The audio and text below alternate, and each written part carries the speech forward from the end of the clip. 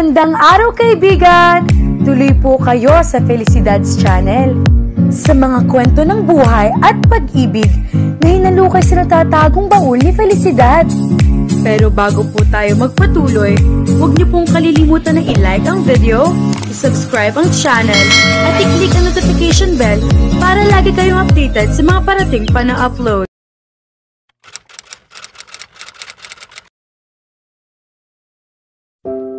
Tumingin siya sa paligid at busy ang dalawang matanda sa pagtingin sa menu sa hindi kalayuan at ang isa naman ay ayaw tantanan si Luta na bukol-bukol na ang pawis kahit may aircon sa loob ng cafe. Nagdesisyon si Rare na maupo sa bakanting upuan. Tumingin siya ulit kay Shania na sumasayaw habang karga ang baby at walang sawa sa paghalik sa labi noon. Kanina, galit na galit siya matapos niya makausap si Barney na bakla. Napaluha pa siya dahil hindi niya matanggap na ang babaeng iniahaw ng ama niya sa hirap ay ang tao na pumatay doon. Dahil saan? Dahil sa mana at dahil sa kanya. Halos hindi magsingkin iyon sa utak niya at pinipilit niyang huwag paniwalaan pero ang lahat ng mga nangyayari sa buhay nila ay alam ng bakla kaya paano siya na hindi maniniwala. Hindi talaga si Mama El, kung hindi si Cindy na siyang tumulong sa tunay na salarin upang maisakatuparan ng krimen na siyang kumitil ng buhay sa pinakamamahal niyang ama. Akala yata ni Vilma ay magkakagusto siya roon sa oras na mamatay ang daddy niya. Kaya pala nagpupursige dahil sa kimpasamana. Hindi nakuha ang buong kayamanan, kaya nagpaplano na naman daw na magpabuntis sa kanya at pikutin siya para magpakasal sila at mahati ang kayamanan ng mga Villa del Rey. Hindi niya akalain na may ganoon kaambisyong tao. Sumakit ang ulo ni Rare sa pag-iisip ng bagay na iyon hanggang sa maupo si Shania sa tabi niya. Mabuti na lang at kahit paano ay may babae siya nakikita na para nagpapagaan ang pakiramdam niya kahit na mukha pa lang ang makita niya. Huwag lang idagdag ang mga buwiset na taong katulad ni Professor Pogi at lalong sumasakit ang ulo niya. Okay ka lang? May masakit ba sa'yo? Sinilip nito ang mukha niya at as usual, blanco ang aura niya. Masakit? That moment, puso ang masakit dahil sa pagsabog ng katotohanan sa mukha niya. Tinignan niya ang baby at kung tamang hinala niya, baka ilang buwan lang din at may hawak na si Shania na sariling anak. Paano kaya ito matatanggap ng dalaga ganung may mahal itong iba? Kung siya naman ay hindi pa handang magkaanak, baka mas lalo na ito na bunga lang din ng paggagahasa niya ang magiging anak nila. Parang lalong kumirot ang ulo niya. He feels so down at that very moment. Parang wala siyang gana na kumilos o kung ano pa man na gawin. Katulad noong araw na ilibing ang daddy niya. Pakiramdam niya, wala na naman siyang karamay at mag-isa na humaharap sa problema. Hoy, untag pa nito sa kanya kaya umiling siya. Okay lang ako, hindi ko kailangan ng tulong. Putol na kaagad niya dahil kahit ano naman ang gawin nito, hindi naman siya magsasalita at maglalabas ng sama ng loob. Ikaw, she shrugs. Minsan, mabuti rin na magsabi kung anong nararamdaman mo. Baka mamaya, atakihin ka sa puso. Tapos, ibintang mo na naman sa akin na tinusok kita ng potassium chloride. Matiem na tinitigan ni Rare si Shania. Ikaw ang tusukin ko, gusto mo? Ines sa tanong niya at kung bakit naman tumawa ito, kaya parang lahat pa napatingin. Kapag marinig ka ni nanay, lagot ka. Banta nito sa kanya, pero umiling lang siya. Basta, kung kailangan mo na magpapakwentuhan, kahit may lovely na, pwede rin naman ako, makabawi man lang sa ginawa mong ito para sa akin. Hindi inasahan ni Rare na makikita naluluha si Shania habang sinasabi iyon sa kanya. Sinalubong ni Shania ang titig niya sa maluha-luhang mga mata. Hindi ko pwedeng express sa salita yung kasiyahan ko, nakasama kong pamilya ko.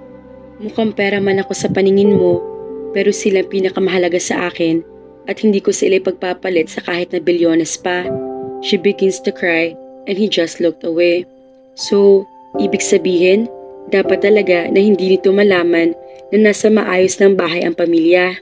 Mabuti pa rin na ibinebenta pa rin nito ang sarili sa kanya sa pag-aakala na naghihirap pa rin ang mga tiyahin at nanay para doon lang ito sa kanya.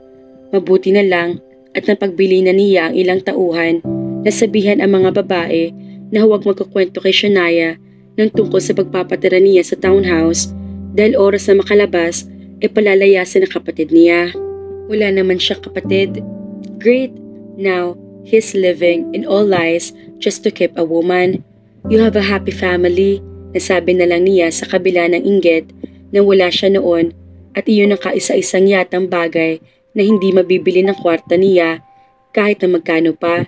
Marami siyang pera, pero sa simpleng buhay ni Shania ay parang namulat ang mga mata niya sa katotohanan na hindi sa lahat ng pagkakataon ay pera ang nagpapasaya sa tao. What's his worth of being a billionaire if he can't even have the only thing that he's been dying to have ever since? Family. Oo, at sobrang saya ko. Kahit na pinilit mo akong pauwiin, sulit naman yun at maibibigay ko na kay nanay ang pera. Ipapadala ko pa dapat kanina sa remittance center. Shania smiled at him when he glanced at her. Thank you, Boss Rare. Lumapit pa ito sa kanya at hinalikan siya sa gilid ng kanyang mga labi. Parang nanigas siya at hindi nakapagsalita. Sa dinami-rami ng halik na ginawa nilang dalawa, bakit ang simpleng halik ang parang nagpatahan sa pag-ikot ng mundo niya? Nakauwi na't lahat ay parang idinuduyan pa rin si Shania sa alapaap. Para siyang baliw na sumasayaw mag-isa na parang karga pa rin niya ang nakababatang kapatid. Umikot siya habang yakap ang unan at kumakanta pang mag-isa, pero laking gulat niya nang bigla na naman bumukas ang pintuang kahoy at humambalo sa pader. Sus Mariosep! Napatingin siya kay Rare na nangangalit ang mga mata na kulang na lang ay mamula at literal na tubuan ng apoy. Sumulyap ito sa kanya pero parang lumagpas din ang tingin at saka walang imik na naglakad papunta sa tabi ng mesa at kinuha ang baril sa drawer. Napalunok si Shania. Boss Rare, mahinang tawag niya sa binata pero hindi siya nito pinansin. Stay right here and don't be such a brat. Duro nito sa kanya pero lalo siyang kinabahan kahit na sa tono ng pananalita nito. Kanina nang umuwi sila galing sa cafe ay wala itong imik at parang may malalim na iniisip. Ngayon ay unang buka ng bibig makalipas ang ilang oras ay parang galit pa sa kanya. Hindi naman niya ito inaano. Boss, hindi niya na ituloy ang sasabihin dahil sumigaw ito nang humarap sa kanya. Saglit siyang naparalisa ng pagbagsak at sumara ang pinto ay parang tumalon ang kaluluwa niya sa gulat. Ganoon lang talaga siya Shania magsalita. Hindi ka pa ba nasasanay? Ngumuwi siya at parang gustong umiyak. Sinusubukan na niyang gawin ang lahat para mapalapit pa rito at tulungan na ito na magbago. Kaya lang, dinaig ni Rare ang isang oso na mailap hulihin at mabangis pa. Na-appreciate na niya ang mga bagay na ginagawa nito. At tamang ina niya na hindi niya dapat nahusgahan ng tao sa kung ano lang ang nakikita niya. She won't let him win. Patakbo siyang sumunod kahit na nakadisplay ang kaluluwa niya sa suot at damit pantulog. Boss Rare! Tawag niya ulit nang masulya pa ng ulo nito na papawala na sa tuktok ng hagdan. My God, Shania! Huwag mo na siyang sundan. He's mad. Baka ikaw ang mapagbalingan niya. Pigil din sa kanya ni Lovely na nalingon na niya sa may indoor balcony. Anong nangyari? Takang tanong niya sa babae na parang kabadong-kabado ang muka. They caught the people who murdered Ninong. Ani yun, kaya para siyang binomba sa kinatatayuan. Nahuli ang pumatay. Ibig sabihin, malaya na siya. Ibig sabihin, tapos sa investigasyon at makakauwi na siya. Pero hindi, marahas siyang umiling, kaya parang nahilo pa siya. Napakapit pa si Shania sa sandalan ng upuan at natutop ang noo. Hindi siya aalis sa poder ni Rare hanggat walang katuparan ang pangako niya kay Senyor Edgardo na kahit paano ay mabawasan man lang ay pinakikitang kasamaan at kayabangan. Pumihit ulit siya at saka halos mapatakbo pababa sa hagdan kahit nanggaan ang ulo niya at halos hindi pantay ang paglakad. Sean, dito ka lang! Nagpapanik na tawag sa kanya ni Lovely pero hindi niya pinansin ang babae. I need to stop him. Sagot na lang niya at sa ibaba na kabahayan ay ang yayapian niya ang nakasalubong niyang tumatakbo rin papalabas ng pintuan habang nanginginig na umiiyak. Lumuluhang sabi nito sa kanya nang sabay silang lumabas ng kabahayan. Si Vilma? Lalo na lang siya nagimbal sa narinig at natakpan ng bibig. Si Vilma pumatay sa ama ni Rare. Napaantanda siya ng krus at bumalik sa alaala niya kung paano nag-agaw buhay si Senyor Edgardo sa mga kamay niya. Nakakaawa na kahit matanda na ay ayaw pa noong iwanan ng anak niya, kaya lang nawala sa mundo dahil sa masamang ugali ng ibang tao. Oo, walang hiya ang babae, pero ayoko na mapahamak si Rare. Ayoko na siya ang magdungisa ng kamay dahil sa isang kriminal. Napahagulhol ng iyak si Pia, kaya halos takbuhin na ni Shania ang direksyon kung saan ininatanaw si Rare. Ayun, Yaya! Bilis! Binilisan niya ang pagtakbo dahil mukhang isasara ng mga tauhan ni Rare ang isang bodega sa likod bahay, malapit sa garahe. Bilisan mo, Shania, anak! Hindi ko na kayang tumakbo. Utos na matanda sa kanya, kaya humahangos na ipinagtulakan niya ang pinto gamit ang katawan. Nag-aala Charlie's Angels na siya dahil sa pasaway na si Rare. Kaya pala kung sigawan siya kanina, ay parang siyang kriminal. Hindi na nga nagsorry sa maling bintang, ang sungit palalo. Sus ko, Boss Rare, mapipiti kita sa prostate mo. Alis! Sinapak niya si Lando, kaya hindi iyon nakakilos. Aray! Bawal! Ani yun na parang tinitimbang ang sarili. Walang bawal-bawal. Dumaretso siya ng takbo, pero wala namang tao hanggang sa makarinig siya ng sigaw ng isang babae. Don't! Hugulhol na iyak noon na parang nanganganak na baka. Shania looked around at nakita niya ang hagdan patungong underground. Doon siya mabilis at tumakbo at saka bumaba. Kaya lang, lalo siya nagimbal dahil sa itsura ng dalawang babae na nakatali at parang winasak na ang mga buong pagkatao.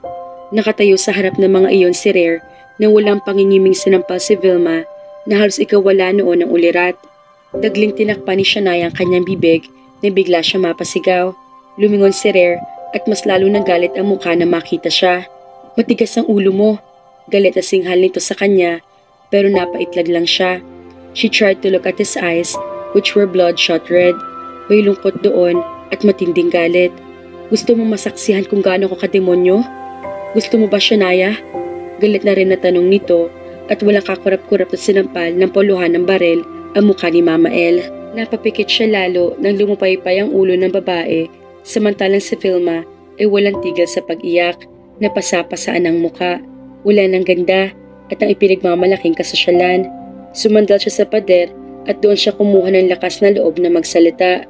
Nakita rin niya ang bakla na naghatid sa kanya sa tabing bahay ni Mama El at nagbigay ng bag. Hindi iyon nakatali at nanonood lang. Bakit hindi iyon kasali? Bumalik si Rare ang mga mata niya na makarinig siya ng kasa ng barel.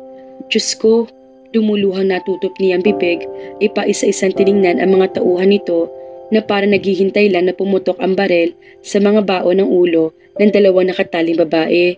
Pigilan nyo! Nanginginig ng utos niya pero walang pakialam ang mga iyon kaya naitutok ni Rare ang baril kay Mama El ay mabilis siyang kumilos at niyakap si Rare. Stay away from me. Mariin na utos nito pero umiling siya at saka inilapat ang mukha sa dibdib nito.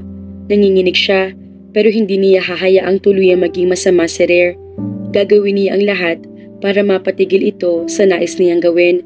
Alam ni Shania na kayang paikutin ni Rare ang hustisya dahil sa pera niya. Pero hindi maliligtas sa impyerno ang kaluluwa ni Rare kapag hinayaan niya ang gusto nitong mangyari.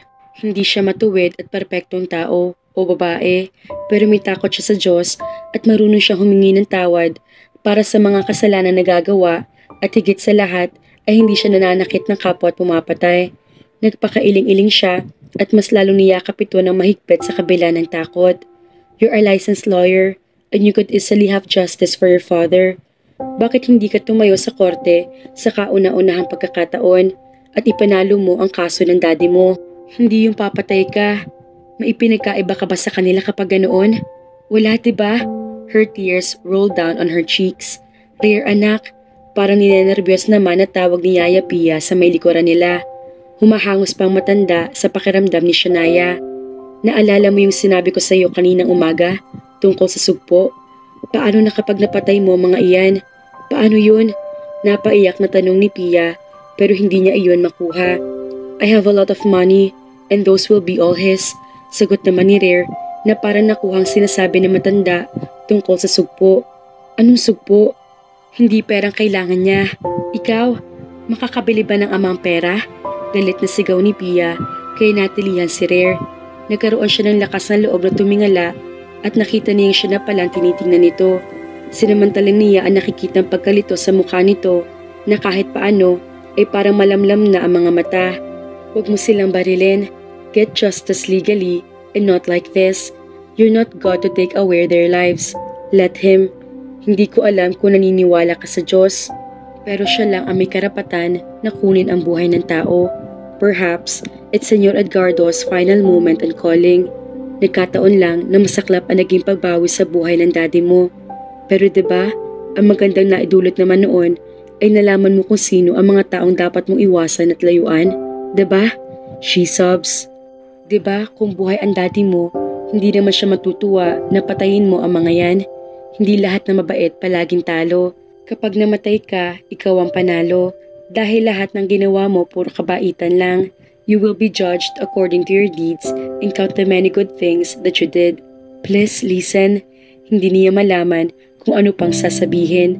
Baka kung kailangan niya itong basahan ng Biblia sa buong magdamag, ay gagawin niya para lang wag nitong tuluyang ilibing ang dalawa. Galit din ako sa kanilang dalawa dahil na-frame up ako. Pero dahil sa sitwasyon na napuntahan ko, nagkaroon ng pagkaya ng pamilya ko. At higit sa lahat, na ipagumot ko ang nanay ko. Ikaw, wala bang naidulot sa'yo na maganda ang nangyari? Kung wala, patayin mo na sila. Pero kung meron, ipaglaban mo ang hustisya na gusto mo sa tamang paraan. Kasi kaya mo naman. Walang kurap na nakatitig sa kanya si Rare at kinakabahan siya dahil nakataas pa rin ang braso nito at baka tuluyang kalabitin na ang gatilyo. Naghihintay siya hanggang sa gumalaw ang kamay nito at pinahid ang luha niya. Mas lalo siya napahikbi na inilapat ulit ang muka sa dibdib nito. Hindi niya alam kung bakit ganoon siya kadeterminado na hilahin ito na gumawa ng tama. Siguro dahil sa pangako niya sa ama nitong namatay o dahil gusto na niya rin na huwag itong tuluyang maging masama. Jesus Ginoo, mamamatay ako sa nerbiyos. Mahinang usal ni Yaya Pia. Kaya napahagikik na umiiyak sa Shania.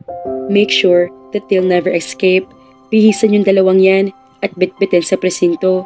Tell the police officers that they attempted to escape. That's why people had bitten them up. Kunin ninyo ang reward money na 1,000,000 sa police station na pinuntahan namin ni Luta kanina at paghatiin nyo na. Iligay nyo si Barney sa production custody ng PNP but still secure his family. Tell them I'll come tomorrow. Utos na ni Rare. Kaya tuloy na siya nakahinga na maluwag, lalo na nang maramdaman na niya ang braso nito na nakasuporta sa likod niya. Boss, si Miss Shania, iyong mga ebidensya, yung syringe na may fingerprint niya. Paano? Tanong ni Luta. Ihaharap ba natin siya sa korte? No, mabilis na sagot ni Rare. Burahin ang fingerprint at pahawakan sa babaeng yan. Tutal, sa kanya naman talagang syringe na yun. Areglado, bossing. Tinignan ni Shania ang bakla at ngumiti iyon sa kanya. Saka bumulong na sorry. Tumango naman siya at ngumiti rin. Bumitaw sa kanya si Rare at nagmamadaling naglakad papalabas kaya hahabol-habol naman siya at noon lang niya napansin na wala pala siyang tsinelas. Sinilip niya ang mga talampakan at ganoon na lang ang paghagik-hik niya nang makita na itim-itiman na ang mga iyon. What's on your foot? You've walked barefooted? Kunot ang noon na tanong ni Rare nang lingunin siya na makakyat sila mula sa underground. She lifted her leg and let him see her foot. Hindi naman sa paa niya napunta mga mata nito, kung hindi sa panty niyang pula na nakapartner din ng damit pantulog niya. Hindi yan. Paa kong tingnan mo. Pasinghot-singhot na hagik-hik niya. Tumingin naman ito sa talampakan niya at para nadismayang hitsura. Jesus! Humagik-hik ulit siya at saka mabilis na lumapit kay Rare at walang pag-aalinlangan na niyakap ang braso ng binata. Naramdaman niya na may nakatingin kaya lumingon siya at ang Yaya Pia niya ang nakita ni Shania habang nakangiti iyon. Like Yaya, tapos na ang drama. Paypay niya sa matanda na parang ninenervyos pa rin sa pagkaputla. Lumapit iyon at humawak din naman sa braso niya. Nanginginig pa rin ang mga kamay ng babae at parang naiiyak pa rin. Wear my slipper. Utos ni Rare sa kanya. Kaya napanganga siya. Go back to your room and sleep. Teka, saan ka pupunta? Baka patayin mo sila kapag wala na ako. Sasama ako. Mas lalo niyang niyakap ang braso nito at wala siyang pakialam kung mukha siya mangingitloging kuhol na hindi bumibitaw sa dahon. I won't, okay? I'll just make sure that they can no longer escape. Saan ka? Parang batang tanong niya. Sasama ako sa presinto. Tapos, baka hindi sa presinto ang tuloy. Sa presinto nga. Ang kulit mo. Inasasagot nito na parang galit na naman. I'll present my license and stand as my father's lawyer. First and last. Anito. Nagkayakapan sila ni Yaya Pia at sumunod siya naglambitin ay sa leeg ni Rare habang tumatalon-talon pa rin. Talaga na? Attorney Rare ka na? She proudly asked, and when he nodded, she embraced him so tight. As usual, wala itong kilos, pero sanay na yata siya na ganoon talaga ito na parang tuod. Go for the win, Attorney Rare. Pinanggigilan pa niya ang mga panga ni Rare at nahalikan sa sobrang katuwaan. Halika na iha, hayaan mo na siya at marunong naman yan tumupad sa usapan. Magpahinga ka na't gabi na. Inakay na siya ng yaya nila, kaya bumitaw na siya kay Rare. Hindi na ako magsitsinelas, may carpet naman. Saka, makikiuso na rin sa kanta ni Ed Sheeran na Barefooted on the Grass, listening to our favorite song, When I Saw You in That Dress. Kanta niya, habang papalayo at nang lingunin siya ni Rare, ay nakatingin pa rin ito sa kanya. Yaya, hindi niya po kaya patayin na talaga? Para nag-aalala pa rin siya, kaya baka dinaya lang siya ni Rare. Hindi, maisang bagay na pumipigil na sa kanya ngayon at magaling ang ginawa mo. Opo, Yaya, talaga natakot po ako tapos nahilo ako. Nahilo ka? Tumingala ang babae sa kanya kaya tumango siya. Nagugutom nga po ko, Yaya. May pagkain po ba sa kusina? Ngumisi siya ng maganda. Aba, marami. Halina, at saka uminom ka ng gatas bago matulog. Kape na lang, Yaya. Nasusuka ako sa gatas. Aba, hindi pwede na kape. Tsokolate. Tumingala ito ulit kaya ngumisi siya at sunod-sunod na tumango. Opo, opo. Para naglalaway na naman siya. Sige, nakangiti rin na sagot ng matanda pero nang nasa may pintuan na sila ay nawala ang ngiti nito. Muntik na magkasala si Rare. Thanks to Shania na siyang dahilan upang mahadlangan ang isang krimen. Pero teka mga ka-felisidad, totoo naman kayang hinala ni Yaya Pia at Rare na buntis sa Shania? At kung sakaling totoo, anong magiging epekto nito sa dalawa? Kaya naman, abangan!